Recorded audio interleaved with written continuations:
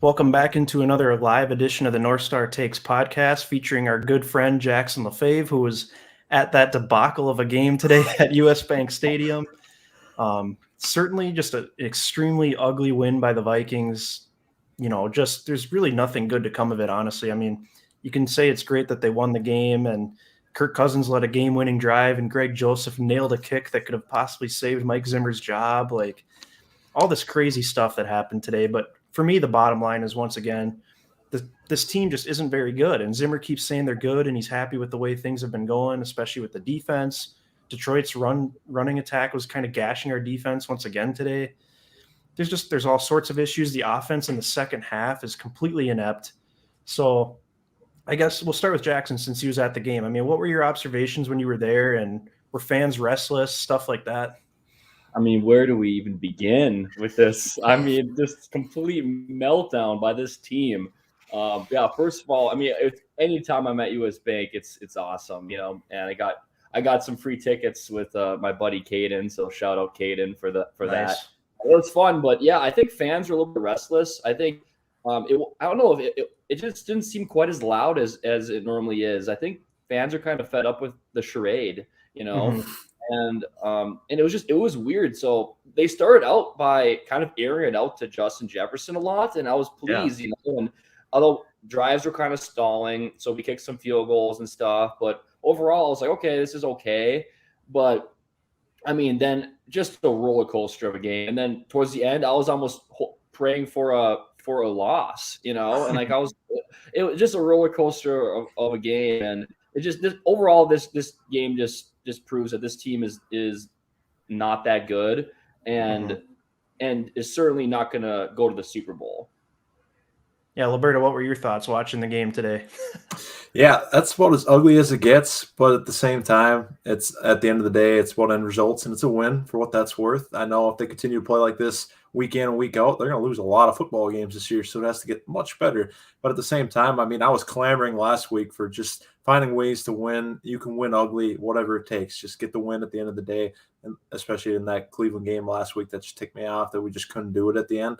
But I mean, that's exactly what they did today. But you'd hope it'd look a little bit prettier, I guess, against the Lions. But I guess beggars can't be choosers. But at the same time, we won, and I guess you could take that for what that's worth again. But yeah, it's certainly got to get better if you're going to win in Carolina next week and get going to the bye at 500. Because if you're going in at 2-4, obviously the odds are very long. I mean, even as they sit right now, like it's not great. But at the same time, I think this loss would have been the nail in the coffin, like you said. I think that kick by Greg Joseph definitely saved Zim's job, along with the plays that preceded it with Kirk. In the end, it's kind of ironic that Kirk was probably the leading factor, or at least one of the two leading factors that kept Zim around. When honestly, they've probably butted heads for how long now, and like Zim didn't want Kirk in the first place, and now he's saving his job in the end. But a win's a win, I guess. How about you, Bailey? What you feeling? I was so upset the entire game. It was such an infuriating game to watch. I've been on the pod the last couple weeks saying I just don't think Mike Zimmer's got it anymore. I don't think he's cut out to really be a head coach in the NFL anymore. And it kind of showed up again today. Like, his defense played well, I'll give him that, but it's also the Detroit Lions who, I mean, Jared Goff just looks horrific. I mean, give me a break. That team is such a mess. And then like their two top receivers who are already like not very good receivers got hurt at one point. So it's like, there's no excuse for the defense to play bad today. And they honestly played pretty well. But what keeps showing up again and again is game management, being aggressive in certain situations. And we just completely lack in that category. I mean, 2nd and 15, let's run the ball every single time. Let's be conservative. We're never like Jefferson. He caught like 6 or 7 balls in the first half. I think he caught 1 ball in the second half because we're basically just trying to run clock and end the game. And look where that got us. Like, we literally blew the lead because we were trying to run the game out and Madison fumbles. And granted, that's just kind of like a fluke, like weird play. And what are the chances that that's happened twice to us now? But I don't know, man. I'm so sick of the Mike Zimmer thing, and he got extremely lucky today because I think he might have been fired tomorrow if they would have lost that game. This would have been a catastrophic loss. I think you're definitely right. I think he would have got the boot tomorrow. And for everybody who doesn't like Zimmer, as as like you guys, and I'm kind of moving in that direction if we continue to play like this. But at the same time, once we got down by 1, I thought the game was over. I didn't think we were going to drive down and kick a game winner for the win, but with especially Joseph from 54 yards out, it's kind of asking a lot. So Yeah. at the same time, he lives to see another week, I guess. I'm up and down on it because after today, it's like really leaves pretty bad taste in your mouth. Even though it's a win, it's like, man, this team doesn't feel like it's going anywhere. But at the same time, you never know what can happen in the weeks to follow. Maybe they get better, maybe they don't. But I think it's gonna be really telling if we can recover next week, even though it was a win. Just play a lot better because we're gonna play a good football team, especially after the bye week when we play a bunch of good opponents that are probably all likely to make the playoffs. So I think that's gonna be a big test for us. Roberto, are you saying you're not done with Mike Zimmer after today? I was just about when I thought we were going to lose, and once the loss was on the writing was on the wall for a loss, then I probably would have been. But I'm gonna, I guess I'm gonna. So you're telling me a Greg Joseph 54-yard field goal is the difference between you wanting Zimmer fired and him staying? Yeah, because at the end of the day we won the game, so I'll take it. But yeah, that's a game we should have won by 10 plus.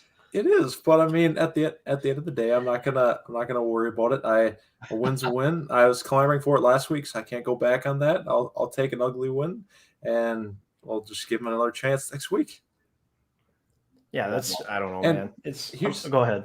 Here's my thing too. I'll add on real quick. I also am just behind Zimmer because I think there's no really clear replacement candidate for him on this team already. Like, I don't really need to see any of our assistants be the interim head coach. So I'm kind of fine with letting Zimmer basically sink with the ship if that's where the season is going. So, and he's been here 8 years, so I don't really like having a guy that long and firing him mid-season. But at the same time, if he loses the locker room, that's a different story. But I don't think he's really lost the locker room yet. I think there's still a good amount of the guys that still follow him, but at the same time, I think there's definitely a subset on the team that probably don't. But you can see. I mean, it was kind of comical to watch him embrace with Kirk after the game-winning kick. Like, you just don't see that. So that was a different thing. But I guess we'll just see how they come out next week, though. Yeah, you brought up a good point. Like, I don't think there's any assistants on this coaching staff that I would like to see take over as an interim.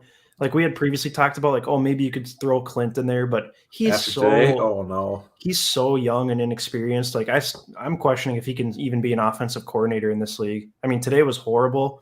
I do think a lot of like the conservative play calls come from Zimmer. Like, this is what we're doing in this situation, and then Clint actually calls the play. Because, I mean, after that Arizona game and how aggressive we were and how we were airing the ball out, I mean, how do we come out the last 2 weeks and just look like a completely different offense? I don't understand that. I mean, yeah, teams watch film and they game plan for you, but you shouldn't be looking like two completely different teams, especially when you play the Lions, who are literally the worst team on your schedule. So the inconsistencies with the offense, it's been like this every year, especially since Kirk has been here. I mean, really every year, honestly, except for 2017, which, was the lightning in a bottle Case Keenum year. So I don't know. The offense has been way too inconsistent year in and year out. The defense is not elite like it used to be. So that's kind of why I'm souring on Zimmer, because if the defense isn't going to be a top 10 defense, and it played well today, but once again, the Lions are horrible. So the offense clearly isn't good enough to just like will this team to a victory on any given Sunday.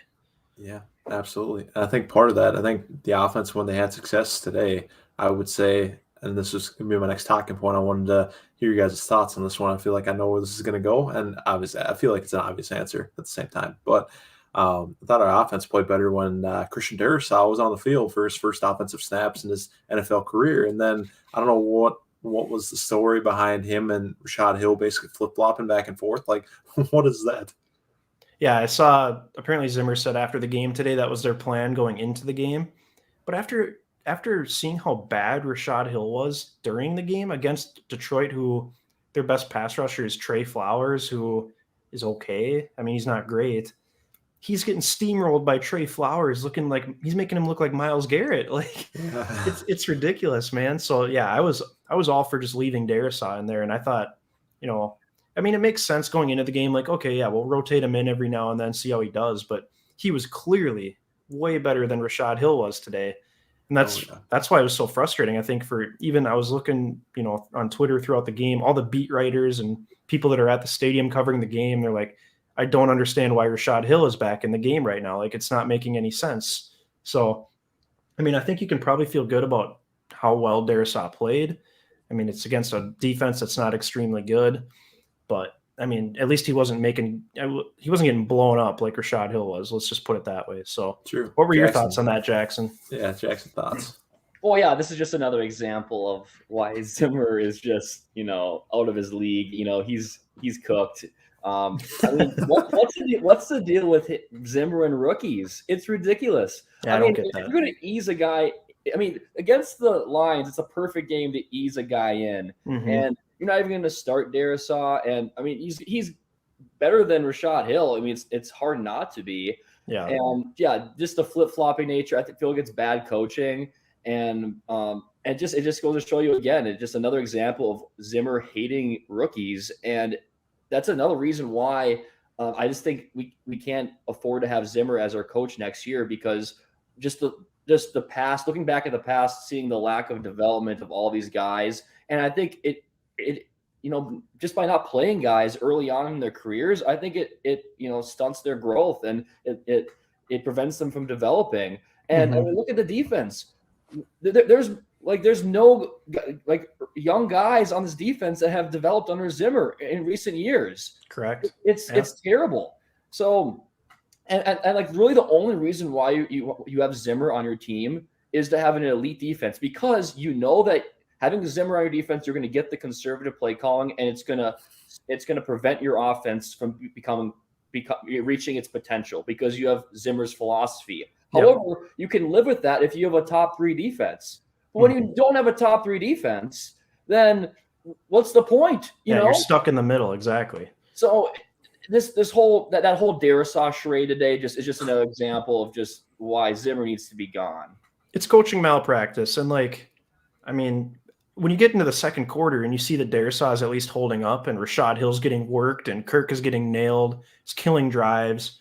If you're on the hot seat like Zimmer is, you got to do whatever it takes to win the freaking game. Like, screw his, he's not quite ready yet, we're trying to ease him in. You're trying to win a game. You're trying to save your job. Like, I just don't understand. It's like they can't stray from their plan ever, and it drives me nuts. And another thing with the offensive line today, for some reason, Dakota Dozier is elevated from the practice squad. He is active for the game, and Wyatt Davis is inactive. Your third-round pick guard is inactive. What happens if Oli Udoh gets hurt? If Ezra Cleveland gets hurt? Guess who's in there? Dakota Dozier. That's unbelievable.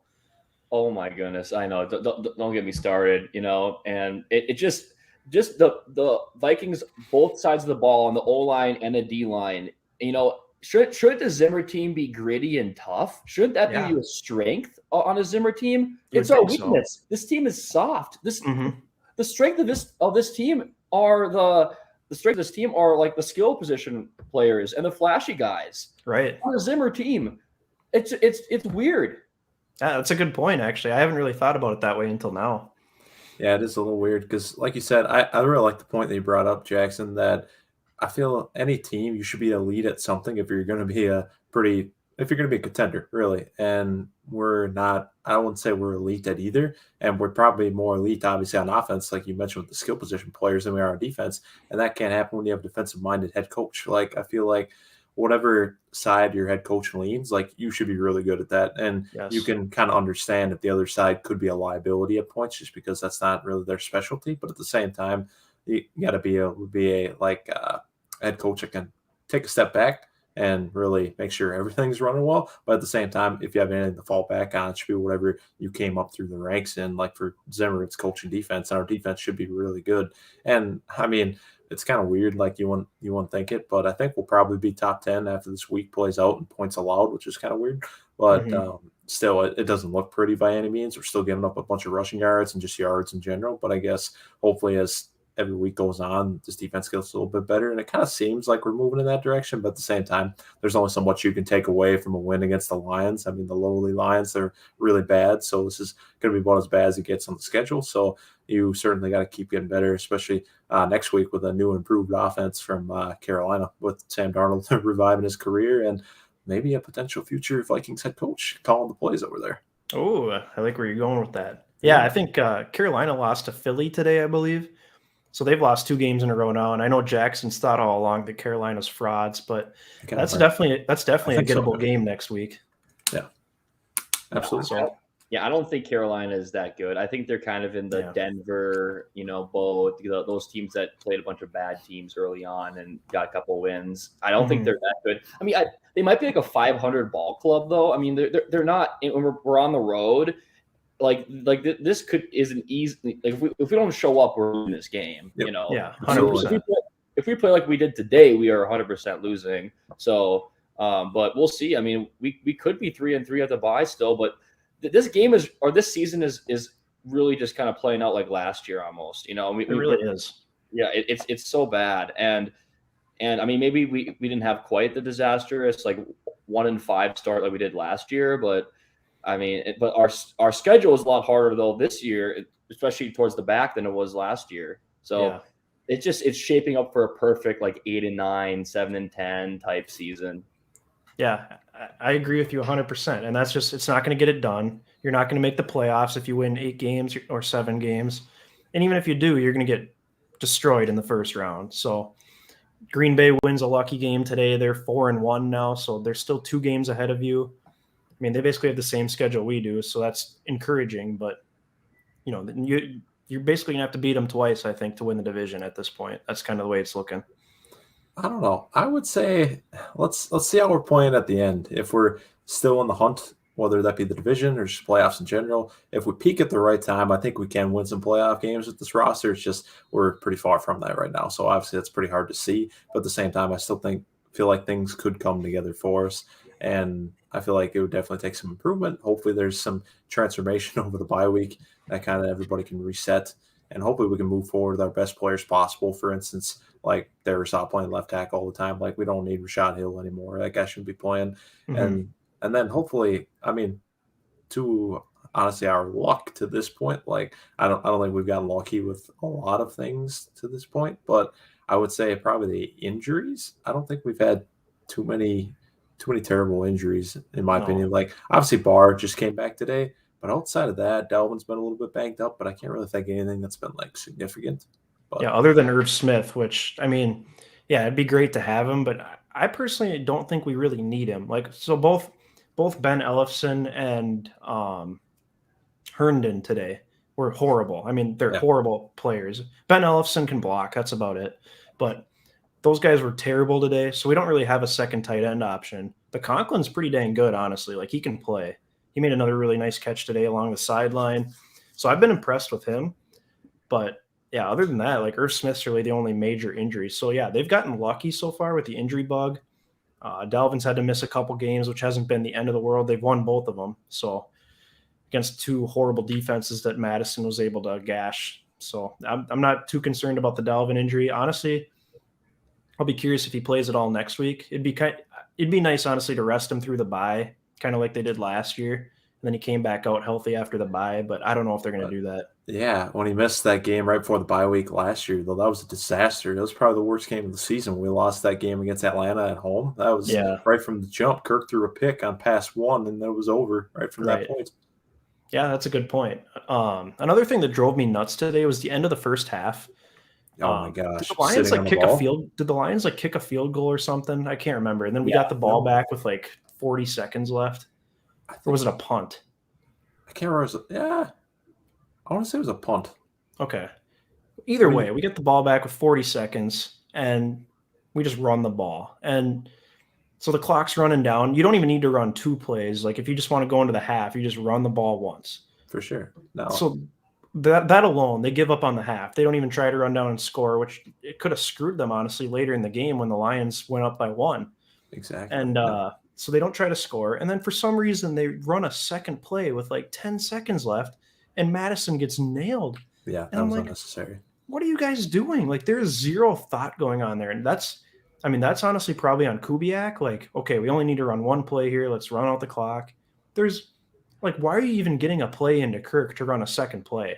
That blew my mind. And that their last 2 minutes, they're one of the worst teams in the league on offense. and they're one of the worst teams in the league on defense in terms of giving up points. I mean, that's almost been the story of the season so far, is inside 2 minutes in both the first and second half.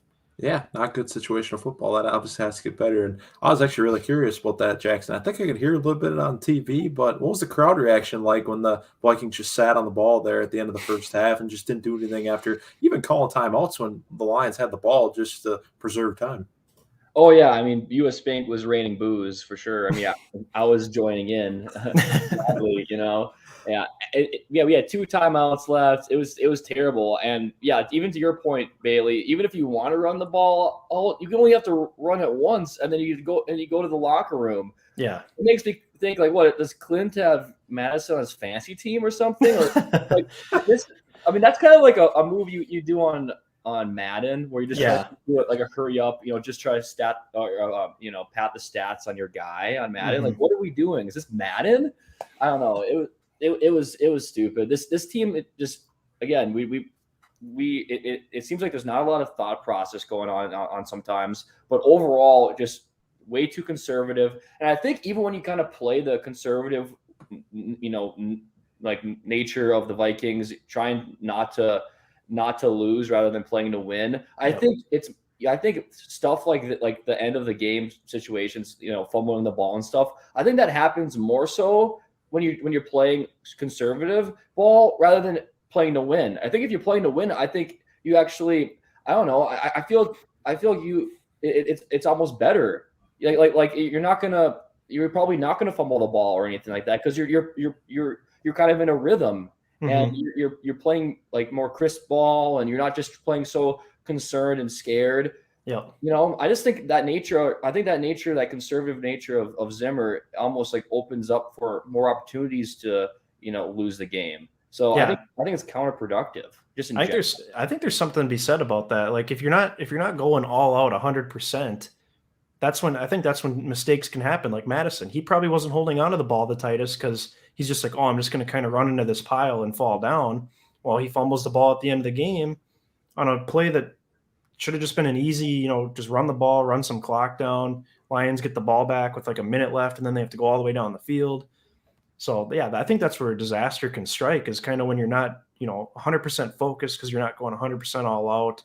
You feel like it's just an easy play. You can kind of not necessarily take a play off, but basically just say, all right, easy play, this play will be over, and then, our job is done. So I think you make a great point with that. What do you think, Liberta? Yeah, I think he's definitely right. I think you can definitely be the aggressor, put a team on their heels, and I feel like then the game plays out a lot differently more times than not. But at the same time, I get also wanting to try and minimize mistakes, even though we end up with a back-breaking fumble in the end anyway. But at the same time, you don't want to get too cute with it when you're playing a team like the Lions, probably one of the worst in the league. I mean, I still think there's a couple teams that are worse than the Lions, but at the same time, there's very few. And I think here you just want to do whatever it takes to win. And in the end, they barely got it, albeit it was kind of a backdoor win at the end. But I still think not getting too crazy, I can kind of understand, but at the same time, I think against almost anybody else, I think you definitely have to be the aggressor, put the foot on the gas, and step on their throat and really put the game away. Because obviously, playing like we did today, you're not going to get it done against almost every team in this league. So I think I definitely get what you mean about being aggressive, and I'm all for pushing the issue, especially in situational moments like fourth downs and things like that, like fourth and shorts. I don't even really care where you are on the field.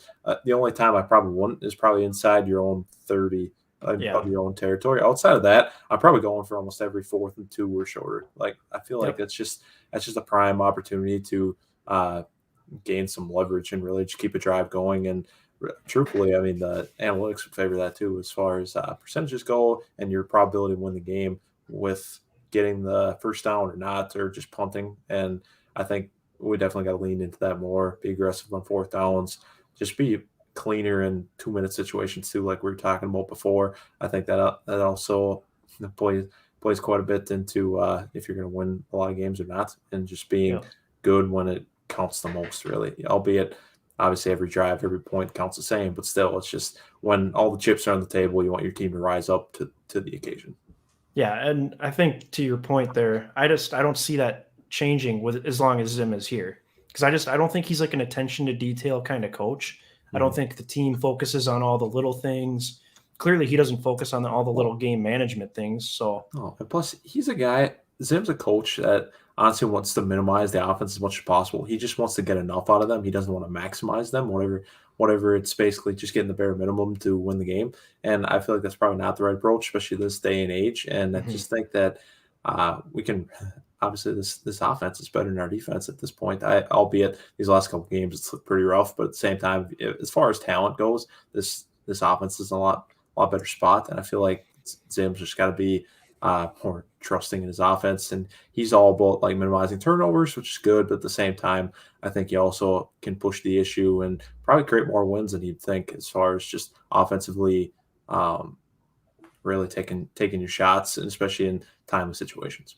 Exactly. And like, I think the line has been better than it was last year for sure. Oh, yeah. There was definitely some moments today where like Bradbury was getting thrown back. Oli Udo was getting beat bad a couple times I saw as well. But yeah, when Darisaw was in there, I thought he looked good. I thought Cleveland played a good game. Brian O'Neill is always solid. So I feel like the pass protection's been better this year, and Kirk's been making more plays that we haven't quite seen him make. He's actually taken more chances and trusted his receivers. And I think you need more of that out of him. And otherwise it's just, check down Charlie, throwing the ball to CJ Ham all the time, stuff like that. So I don't know. You gotta trust the offense. It's the modern day NFL. You have great skill position players. Kirk is a top half of the league quarterback. I mean, he's bound to screw up sometimes. He made that boneheaded throw today that resulted in a pick that got batted around a couple times. I don't know what he saw there, but he's going to do that. And there's quarterbacks that do that all the time in the NFL. Look at like a Derek Carr. The Raiders trust him a lot. I mean, they put the ball in his hands, and more often than not, he delivers for them. But there's also times he screws up and loses them a game. And, it's kind of like with kickers too. It's like if your kicker loses you a game, you can't, never trust him again. And then like today, Greg Joseph wins you a game. So it's all about having patience really. And you just got to trust what you have. I mean, if you have like the keys to a car and you don't want to drive the car, I mean, it's pointless, honestly. So what are your thoughts on just the whole offensive philosophy, Jackson? I mean, we've already kind of gone over it a little bit, but I mean, do you see it changing at all this season? That's tough. You would think with any sort of smart organization, like you would, and these guys look at film. It's a film room league. Like these guys just constantly study film, trying to improve. You would think that we would look at what we did against the Cardinals, and also compare it to some of these games like against the Browns or the game today against the Lions, and kind of see like, okay, what did we do wrong? What should we do? What should we be doing more of? And so you would think that that they would be doing this. I mean, these guys are being paid millions of dollars. Zimmer, and he's been in the league for forever. He's studying film. However, I just don't know. I feel like it's not just because of really the main guy Zimmer. I think he's just really stuck in his own ways, and this is just a true case of a guy needs to go. And he's overstayed his welcome here, and he just needs to go. And you see a lot of these organizations firing their coaches on a whim, and just constant chaos, constant turnover. The Vikings aren't an organization like that. We're not going to fire someone on a whim. But this is a true case where it's time for this guy to go and just turn over a new leaf and just kind of a new era of Vikings football. And that's why I hate to say it, but I was a little bit excited when the Lions got that 2-point conversion. I mean, I hate to admit, I was cheering for a loss at that point, because I mean, do we want to go through last year again and just and end up like 8-9? Heck, we might make the playoffs still. I mean, Liberta, you were saying earlier this week about, we're bad, but the NFC in general really drops off after like the 5th best team. So even if we're bad, we might still, we still might make the playoffs being like 8-9 because there's so many bad teams. But do we really want to do that? No. I would much rather just turn over a new leaf, and it'd be so much more exciting, so much more to talk about if we know Zimmer is going to be gone, and we know that Kirk's going to be gone, and we're going to try to get a new quarterback and try to bring in a new offensive philosophy, just a new era. Yep. But now we got Greg Joseph saved Zimmer's job, and we're going to, I think, just see how the season goes again. And who knows, we might make the playoffs and get one win against the Saints maybe, and let's run it back. Let me reemphasize your point though, Jackson, because I'll admit I was cheering for a loss as well. And I know Liberto wasn't, although when the Lions went ahead, he said he was ready to be done with Zimmer. So I know Liberto was feeling it at the end of the game. But let me clarify, cheering for a loss does not make you a bad fan. Like, we care so much about this team. Clearly, we talk about them all the time. We're diehards. We're all wearing Viking stuff while talking about them. And we just want this team to be good. And right now, they're not good. Under their current regime, they're not good. They're average, maybe. I wouldn't say they're a bad team. They're certainly not dysfunctional like the Jets always seem to be, the Browns for the last 20 years. So the Vikings are an average team. And after a certain amount of time, like Zimmer's been here 8 years, it's enough is enough. Like it's time to try something different so we can get past this, wall we keep running into. The inability to win a playoff game. We've won one playoff game in the last 4 years. That's unacceptable. I mean, better than the Twins. Well, that's true. But I mean, look at what the Wild did. Like, the Wild kind of just retooled on the fly. They slowly weeded out their veterans. Koivu they ditched, Stahl they ditched, and then they bought out Parise and Suter. I mean, that old room is gone now, and it's a completely different team. Granted, they have a superstar player, but you could argue the Vikings have a couple of those as well that are still relatively young, and Jefferson is really young. So I'm just of the belief that it wouldn't have to be a complete full-on rebuild for the Vikings to just kind of change their direction here. You fire the coach. I don't know. You could argue, whether or not Spielman deserves to go. I know some people think he does. Some people think he could stay. But I think if you move on from Zimmer and Cousins and just go in a different direction at those two spots, it's not guaranteed to work, but at least you're trying it, Yeah. I agree. Yeah, this is not a total rebuild. It also, just because how important the quarterback position is, and also the head coach in sports. Look at Russ Wilson the past several years with post kind of the Legion of Boom era, where the team has been horrible, and they've still been going to the playoffs just because they have Russell Wilson, right?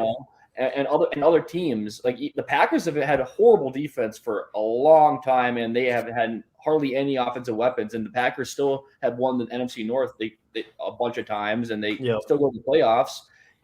So a quarterback is so important that even the team could be bad, and if we ended up lucking out and getting a franchise, just top 5, potentially top 10 NFL quarterback, who's maybe mobile, our team could even be bad and we'd still be competitive. However, this team is actually good. We have a lot of good defensive players still. We have Kendricks, who I think is a borderline Hall of Famer. We have he's really good. Who is a Hall of Famer, and we also have Daniil Hunter. We have good players on the defensive side. Obviously, our skill position players are amazing on the offensive side. So we actually have a ton of talent. So I mean, if we really get a quarterback, then, or even just change up the offensive scheme and because we've seen it even this year, how it can look in some games like the Cardinals game and some of the Seattle game. If you open it up a little bit, even with the kind of conservative, umbrella that Zimmer has on this team, even if you open up a little bit, this team can still go off. So I totally agree. This is not a complete rebuild like some of these teams we look at.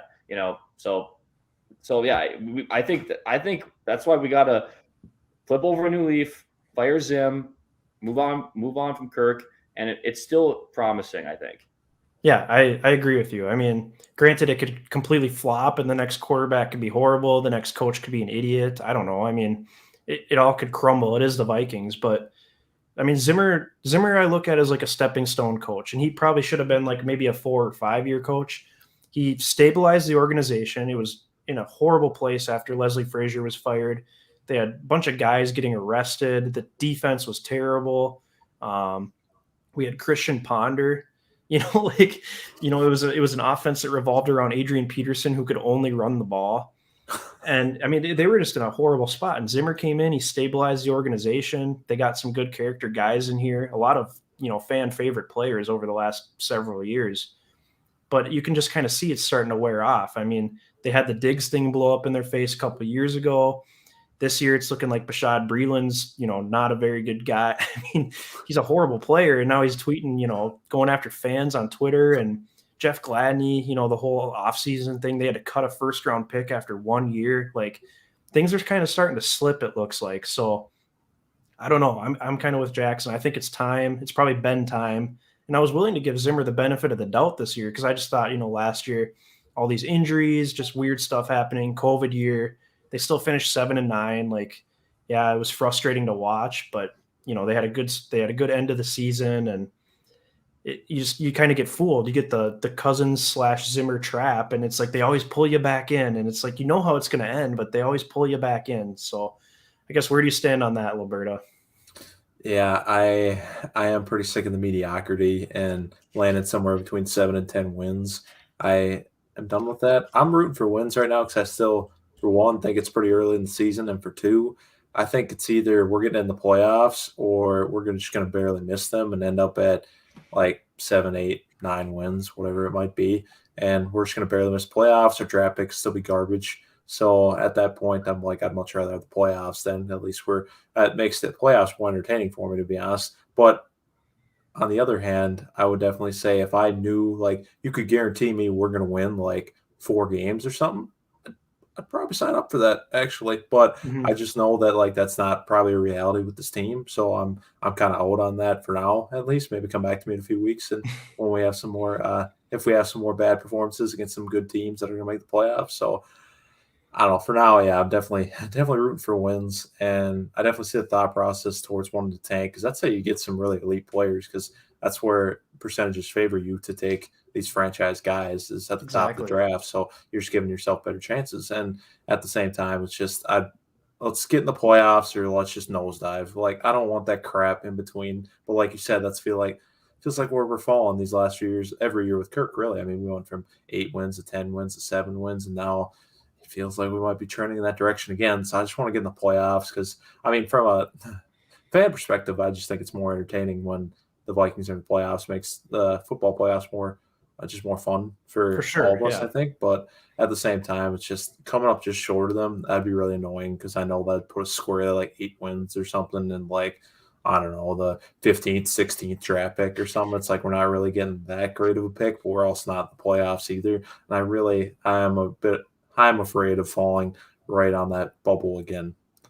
Yeah, I'm 100% with you, and yeah, you're more than likely right. As we'll probably come up just short of the playoffs, and we'll be picking in the middle of the first round. So you might as well try to push for them. But my thing is, yeah, it's great to watch the playoffs if the Vikings are in there, but if they're going up against a team like the Bucks or something, like say the Bucks are the 2 seed and we're the 7 seed, or the Rams or somebody like. I mean, I wouldn't even give us a shot in that game. Like, it'd be hard to watch because it's like we just can't even match up with a team like this, Mm-hmm. So I guess that's kind of how I feel about it. Yeah, especially on the O-line and D-line. Like look at that 49ers game a couple years ago in 2019. Just got destroyed. We had no chance from the get-go just because of our lines, and yet our lines still aren't that much improved. I mean, you would think it'd be improved when we have Michael Pierce, but now he's injured. But Delvin Tomlinson, Daniil Hunter's back, and we're still getting gashed by the Lions. And the Lions, the 0-4 Lions, and then our offense is still getting pushed back. I mean, you can have a bad team, you can have a bad skill position players, bad quarterback, but if you have great O-line and D-lines, like you can compete. Like look at the Browns. Yeah. Like Baker is not a great quarterback, especially last week when we played him. And I don't think the Browns are that good. Like they don't have the best skill position guys. I mean, I guess they have Odell and stuff, but they do if everybody's healthy. But True. Right now, not really. True, but when they played us, they just dominated on the line. So, so that's another factor, I guess. For sure. So Caden chimes in. He says Jefferson looks great. I mean, he really does. Like Jefferson is an elite wide receiver. It's crazy how lucky they got after having to move on from Diggs that they were just able to draft this guy, and he's the best wide receiver in the draft. And what was he, the 5th receiver taken or something? Like, That's insane. I mean, outside of Jefferson, they haven't really had any other good picks the last few years. So I don't know. Yeah, Jefferson looks amazing, and we kind of talked about this in our group text today, but I'm kind of worried about him getting upset, kind of like Diggs did. It might be a little early for that yet, but like it's his second year. He went through all the crap last year. Granted, he had a good year, but he wants to win. And like today, the second half, he catches one ball after having an amazing first half. It was clear that they had absolutely nobody that could cover him. Mm-hmm. I don't understand how you can't find more ways to get him the ball. Like, who cares if you throw it to him 20 times a game? I don't care. Keep throwing him the ball. Yeah, I will say I did appreciate on that third down, albeit I was really questioning when the ball went into the air and it's like 3rd and 5, 3rd and 6, and we're throwing the ball like 30 yards down the field. I'm like, this seems a little dicey, but at the same time, I love that Kirk gave him a chance. Even though the coverage was kind of tight, he still stuck it on him and gave him a chance to go get it, and he did. And I feel like when you have good receivers, you just do that because they're going to reward you more times than they won't. So I'm pretty happy that that play was executed and Kirk took that chance. So I think we got to do that more often with, especially a guy like Jefferson. I just think that he's, like Caden says, I mean, I could take him against anybody. I think this guy's going to go get the ball and he's going to make plays and make your offense look a lot better. So I, like you said, I think there is something to be said about keeping him happy too. And I think that will happen as we're currently trending right now. Zimmer's probably gone. So I think then we're going to flip the page to an offensive coach, and that should hopefully cater more to Jefferson's desires maybe, and it should be plain as day to anybody coming into this building on day one as the new head coach, if it comes to that Jefferson's the focal point or one of the focal points of this offense, obviously along with Dalvin, but I think Jefferson's even more long term obviously than Dalvin, especially with we've talked about this before with running back shelf life, but I think Jefferson is a star that everybody around the league knows, not just Vikings fans. So I think that'll be important for a new head coach to really exploit that and really maximize it for all it's worth. What do you guys think the chances are that the Wilfs are active on Twitter? Just curious. Like, what do you think the chances are that they read through Twitter, like to see what people are saying about the team? I don't think, I doubt that they read through Twitter. I bet I have a team that does that maybe, but I'm just curious because like throughout the entire game today, basically all the people that cover the team, they basically kept saying like, I have no clue what the Vikings are doing. Like, I don't know why they're like running the ball on 2nd and long. I don't know why they're giving up on drives on like 2nd down. Why are they giving up on drives? Why are they not being aggressive? Like, it's the Lions. You literally can do whatever you want. I wonder if the Wolves see that stuff, I put it a 50-50 chance, I'd say, just because I feel like you can't totally put the blinders on, but at the same time, I feel like they have a lot of trust in, like, for instance, I think it starts in the front office with Rick. I feel like that's their guy. I mean, he's been here a decade and a half, so they clearly like him a lot. So on the one hand, maybe they block it out, but I feel like you can't block all of it out. They have to at least see some of it, especially when all the writers, it's kind of just a consensus thing that's like, what are we doing right now? And especially when you have a sloppy game like this, even though you win, but it's against a really bad Lions team and you just don't look good. Like, I feel like you have to listen to at least some of it and be like, yeah, what's the story here? Why did we not really just steamroll this Dan Campbell team? And if the fans are booing you in the first half of a home game against the Lions, like that's got to be concerning, right? Yeah. So I'm just kind of curious about that. What do you think, Jackson? Yeah, I doubt they're on Twitter or they're really reading through Twitter. Maybe they're just getting kind of an overall sense of the the vibe coming from the writers and stuff. But I doubt that they're reading on Twitter. I thought you were actually talking about, do you think that they saw the Bashad Breeland tweet? I thought well, maybe that too. Yeah, I doubt that. But hey, you know what? That's why I tweeted at him and said they cut, just so I'm trying to do my part. Just in case that they might see it. Right. Which we need good fans like that. We have to give our input, but. Yeah, I'm kind of curious, like I really want to know like what they think of the overall situation, because like, I mean, with the players we have, I just think it's inexcusable to be so not aggressive. Yeah, here's the thing. I think they are. Now that I think about it, thinking back to the draft earlier this year, I think they are aware of what makes a football team good, or at least what makes us successful. Albeit there's varying levels of what people think is successful. Like to us, I think a successful season is probably 12 wins and a couple playoff wins on top of it. But Yep. for them, maybe the bar is different. I don't know. But at the same time, I think everybody probably heard the rumors, at least most people probably did, that right after we took Kellen Mond, it was like the ownership group definitely wanted to take a quarterback and take one early that could potentially be the future guy. And I feel like that was definitely the right move to just at least explore that and consider your options there, because it's a QB driven league. On all these good teams, they always have good quarterbacks, and they prioritize that in the draft. They're like, we have to do this. Like, there's no way around it. So I think this is what the strategy is in the draft, whether that be first round, whatever. Then with Mond with their second pick that they had in the top of the third round. So yeah, I think they're definitely aware, and that's good. But they're also not gonna get too involved with what's going on as far as like personnel goes, or basically the direction of this team in season, I would say. Okay. Yeah, I mean, I would agree with you. I'm guessing they would prefer to just wait until after the season to evaluate it as a whole. Yeah. Which that's fine, because, you know, if you got to get through the whole season with Zimmer, I guess that's okay. But like you kind of said earlier, I think it's looking pretty likely that he's going to be gone. So I guess with that being said, we'll kind of look to the future here. Obviously, this is going way out, but so we're through 5 weeks now. We kind of know like what the strengths and weaknesses are of this team. So if you guys had to pick today, let's say you're picking middle of the first round, what would you guys pick for the position of need for the Vikings round 1 this year? Maybe we'll start with Jackson if you have an idea. I mean, I'd pick quarterback. Like, I mean, I don't care that. I don't care if. I mean, we'll have to see how all the class of quarterbacks kind of ends up. Certainly after watching Saturday Oklahoma, I do not want to have Spencer Rattler on my team. No way. But I think there are some. There's still some players I think that would be that I'm open to. That Ritter, the guy from Cincinnati, right? Yep.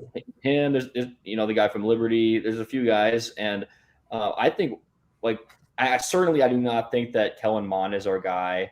I mean, granted, he hasn't really got an opportunity. I'm fine with him just kind of slowly, stewing in the on the in the practice, or maybe on the practice squad or something, or maybe as a backup or something, slowly developing. But I don't know. I think having a Kellen Mond like that is not really aiming for shooting for the stars and trying to get a quality franchise guy. I think that's getting kind of like maybe. I think his max is maybe like a mid-tier quarterback. And people are saying that he kind of is like a Dak type guy, and Dak would be certainly like the maximum potential he can be. And right. Dak isn't even like a top 5 quarterback, No, so yeah. I don't know.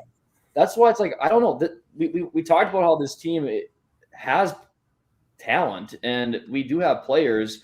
And I mean, maybe we can take another corner. Right? We do need some corners, or maybe a linebacker or something. But I don't know. I want to. If we're gonna get rid of Zimmer after this year and get rid of Cousins, it's the perfect year to try to get a first-round quarterback and actually even trade up and go for it, and really set the tone that this team is not going to be conservative anymore. I mean, even last year, we could have went out and got Justin Fields, but yet the conservative nature of this team, it's not on the football field. Just it's right. On the football field as well. We could have given up picks. We could have went and trade up for Justin Fields, but we didn't, and that's going to haunt us, I believe.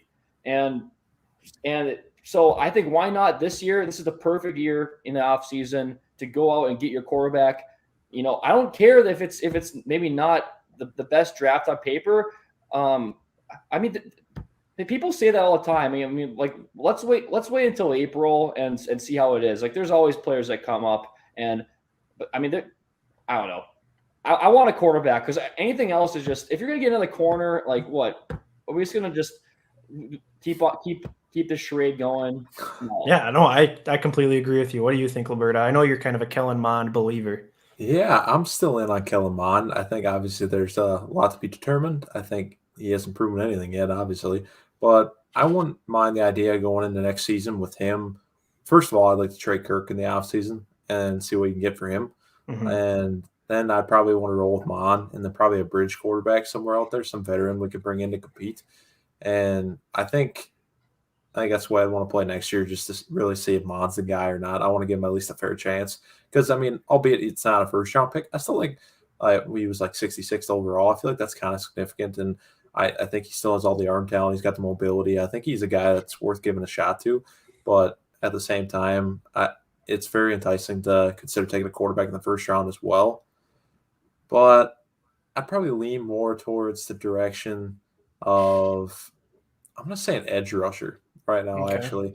I think that we could really use another one that's just like pretty good right from the jump, and then obviously would get better in the league and grow into it because at this point, Daniel Hunter is just a beast. I think he's worth every penny we could give him. And I think he's got to be here for the long term. He's very good. But beyond him, it's a really good thing we brought in Everson Griffin because he's been generating a lot of pass rushes here, which is great. But at the same time, it's kind of discouraging that he's really shining among basically everybody else beyond Neal. Yeah. And guys like Wanham until today, I mean, he had that sack today, but I mean, I guess he was a free runner on a stunt. So I mean, take that for what it's worth. And really, the pass rush from anybody else has been kind of non-existent in my opinion, especially at the edge position. And so I'd really like to get a first round product that could play right from the beginning, be a starter, and just be a guy that can win one-on-one. Like Hunter's going to command double teams. And I think Pierce and Tomlinson are both pretty good players that are at least big and going to take up space and guys that might also require double teams. So you're going to have a lot of one-on-one advantageous matchups on the edge opposite the Neal. So personally, I'd really like a really good, bona fide, cheap on a rookie contract edge rusher that's going to be able to get after the quarterback and not make us rely so heavily on having a guy like Everson Griffin who's now in the twilight of his career and having to bank on that. Like, I don't want to do that. I mean, I love Griffin, don't get me wrong, but at the same time, it's like we shouldn't have to be relying on this guy north of 30 to be generating all this pass rush for us. Like, that just can't happen because obviously they must not feel confident enough in the guys behind him to give him any snaps. And obviously, we've seen a lot of him. I think he's gotten a decent amount of snaps, and he's just not getting the job done. Who knows what Patrick Jones has got in the tank? He's a third-round pick this year. I'm not sure if that's more they don't feel like he's ready or if that's who was inactive today. Yeah, he was inactive today. So I don't know if that's a Zim anti-rookie thing that's like, oh, you got to earn it, rook, or something like that. But or if he's just not good in practice, I don't know. But I'd really love a nice bona fide defensive end, really good pass rusher in the first round. But how about you, Bailey? Which way you leaning more towards the quarterback or defense or what? I will say this: if I would pick the only defensive position I think I'd pick in round one is a defensive end. Yes. Like we might have a need at linebacker, we might have a need at corner. I don't care. It's not worth a first round pick in my book, especially if you're going to be kind of changing direction, trying to lean more into offense if you hire an offensive coach. And I honestly, if they hire an offensive coach, it's probably going to be an offensive player. And we don't need a running back. I mean, you're not going to pick a running back in the first round anymore, I don't think. And you don't need a running back because you have two good ones. Receiver, I would have been all in on picking a receiver because Ohio State's got two great receivers. I think Georgia's got a really good receiver there. I mean, there's a lot of good receivers in college all the time. Give me Olave. Yeah, that'd be amazing. But we don't really need him because KJ Osborne has emerged as a good third receiver. And I honestly think whenever Thielen starts to kind of slide down, I think Osborne I think he has a skill set to slide in and kind of be like a number two receiver, honestly. I don't think he'll ever be like a bona fide number one like Jefferson is, but so yeah, Osborne looks great. So I'm kind of with Jackson. I'd love to pick a quarterback. I agree with you. I think it's fair to give Kellen Mond his shot. And that's another reason why I kind of want this thing to go south is because, maybe the last quarter of the season, you could get Kellen Mond in a game and just see what he's got, True. And actually, now that you mentioned that, that won't be the worst thing in the world. But I also think without Kirk in the picture, I feel like then maybe you're not disaster proof anymore. And maybe you go next year and play Mond. He's terrible. And then you have a bridge quarterback that really isn't that much better. And then all of a sudden you're really not winning many games. And then you set yourself up for a really good draft pick instead of a middle of the first round kind of scenario that we're talking about right now in the, what would that be? That'd be the Bryce Young draft. Yeah, which Bryce Young would be awesome, but that'd be a lot of fun. Oh my gosh! My problem is I don't want to have to wait 2 years, and that's true. This isn't regarded as a really good QB class. Like Jackson mentioned, Spencer Rattler. As of 2 weeks ago, he was like, "Oh, he's going to be the consensus number one pick," and he got benched this weekend. That guy's not good. I want nothing to do with him. Nah. You got that Hey, Ole Matt Miss Corral. quarterback. Yeah, Ole Miss, Matt Corral. He looks really good, but like Malik Willis. Malik Willis from Liberty, like who does Was Liberty that? really play? Yeah.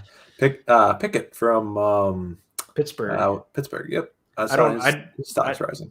yeah, I don't know much about him. I don't know if he's like a pocket passer or if he's a mobile quarterback, but Yep. I think there's a guy Strong from Nevada too. yep, Carson Strong, yeah. Mhm. So like, and let me clarify, I want nothing to do with a pocket passer either. We've talked too. about this before, like going into last year. I mean, it could look foolish, but I said like I don't want Mac Jones because the way our offensive line is built, it's not going to work. You need a quarterback that can extend plays, use his feet, and I think that still stands right now. That's the way the league is going. A lot of these quarterbacks are able to make plays on their own. So yeah, it'd be fun to get like a Malik Willis, but he might launch himself into like the top, 5 or whatever. So yeah, I would lean quarterback, but I'd say if you just exclude quarterback from it, assuming like maybe we roll with Kellen Mond or something, I would honestly probably go edge rusher, like you said. I mean, we're not going to be good enough to be picking high enough or be bad enough to be picking Kayvon Thibodeau from Oregon. Like that dude's a beast. Oh my gosh. But I don't know. Maybe there's a couple other really good edge rushers in this class. So that's a franchise player too, or a franchise Yes. position. I mean, taking an edge rusher, it's gonna be really good, especially when you compare that with an elite one, the top 5 guy like Hunter. Like that could be a nightmare for any offense you play, and that would be a huge advantage for you. Obviously, you saw that last week with Cleveland with Myles Garrett and Jadeveon Clowney, just making life difficult for Kirk with a 4-man rush. Like that gives your defense so many possibilities, so many opportunities to just make plays, really, because then you can play more conservatively and then have more guys in coverage that can just maybe jump routes, create turnovers and things like that. So I think that would be awesome to pair a really good edge rusher with Hunter. The only way I would pick a corner, like I would avoid linebacker. I would probably avoid safety.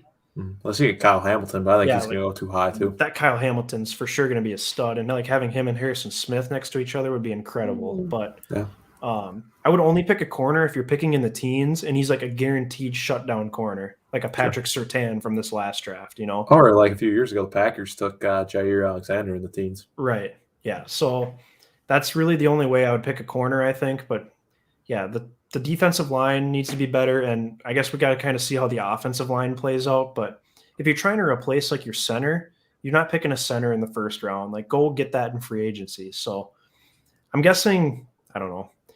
If it's a new regime, they'll probably be picking for the future, and they'll probably be picking like an impact position. So I wouldn't guess they'd pick like a linebacker or something.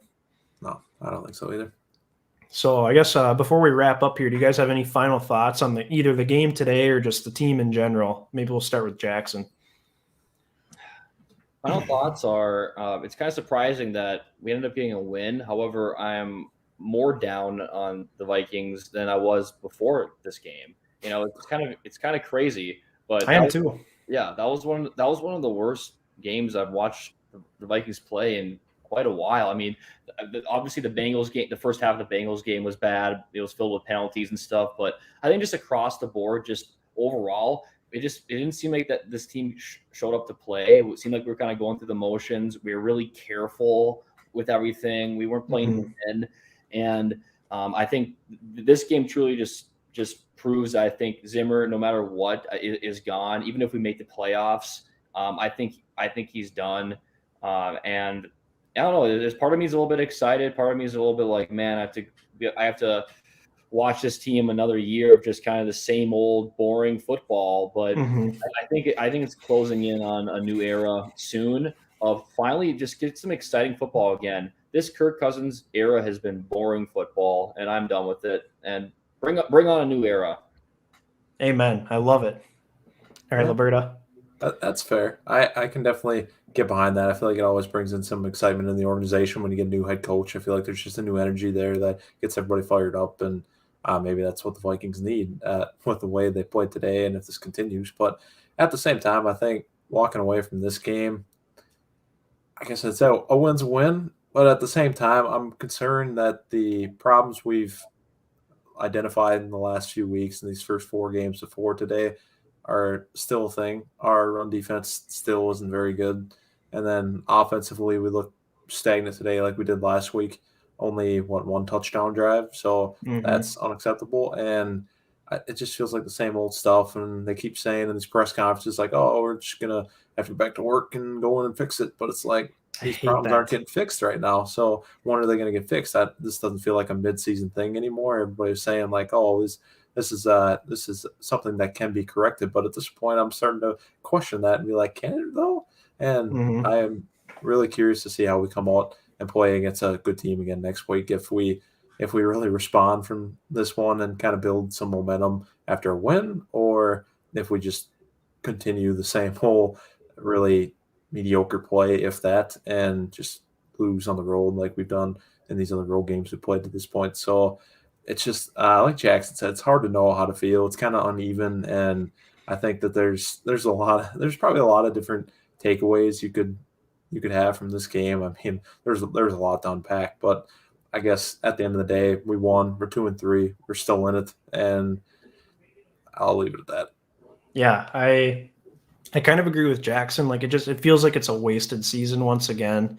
Because yeah, they could make a playoff push, but what's it going to matter? Like they're not in a position where they're going to contend for a Super Bowl or get to the NFC Championship. I mean, there's clearly teams that are much better than them in the NFC. So it feels like it's another wasted season. You're wasting a year of Dalvin Cook's prime, which how many years does he have left? Are you upsetting Justin Jefferson?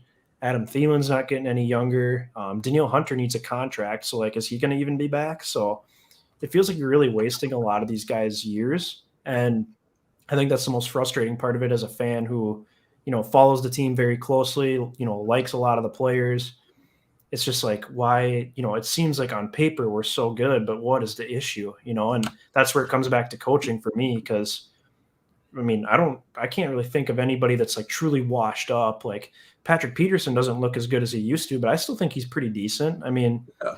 Breeland's really the only disaster on the defense, I would say. So, I mean, what's the issue? Like offensively, the offensive line isn't great, but it's improved. And now with Darisaw getting in there, it could even be a little better. So Mhm.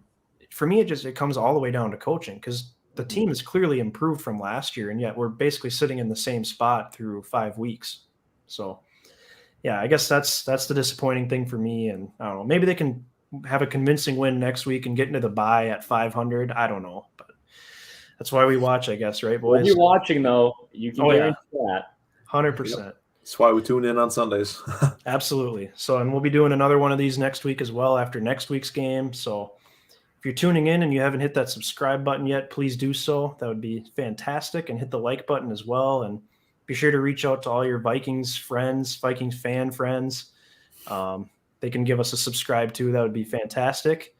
I'm Bailey. The middle guy is Jacob, and the guy on the end is Jackson, who contributes every now and then. So it's always good getting Jackson on the pod. And yeah, that's going to do it for this edition of the North Star Takes podcast. And we will see you next time.